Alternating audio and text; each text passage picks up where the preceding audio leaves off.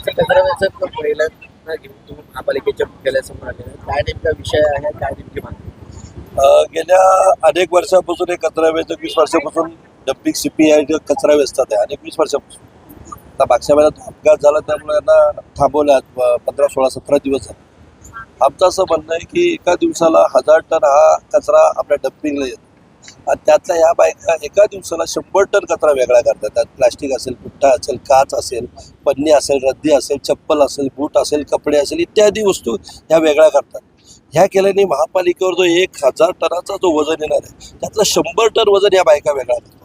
एवढ्या घाणीमध्ये काम करतात. त्यांच्या आरोग्याची, त्यांच्या बाकीच्या गोष्टीची खऱ्या अर्थाने महापालिकेने काळजी घेण्याची महापालिकेची नैतिक जबाबदारी.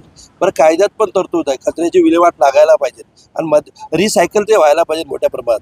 पण रिसायकल या विषयावर महापालिका जातीने अजिबात लक्ष घालत नाही. खऱ्या अर्थाने या बायका एका दिवसाला 100 टन माल काढून मोठ्या प्रमाणात रिसायकलसाठी त्या वस्तू का आणतात. त्या रिसायकल न करता किंवा त्यासाठी मदत न करता यांना बंद करण्याचं काम होतं. सातत्याने आता आम्ही गेल्या 10 वर्षापासून पाठपुरावा करतोय. 10 वर्षात 11वी 12वी वेळ आहे की 2-3 महिने करू देतात, बंद करतात, 2-3 महिने करू देतात, बंद करतात. लॉकडाऊनमध्ये बंद केलं, त्याच्या आधी बंद केलं, त्याच्यानंतर बंद केलं, आताही बंद केलं.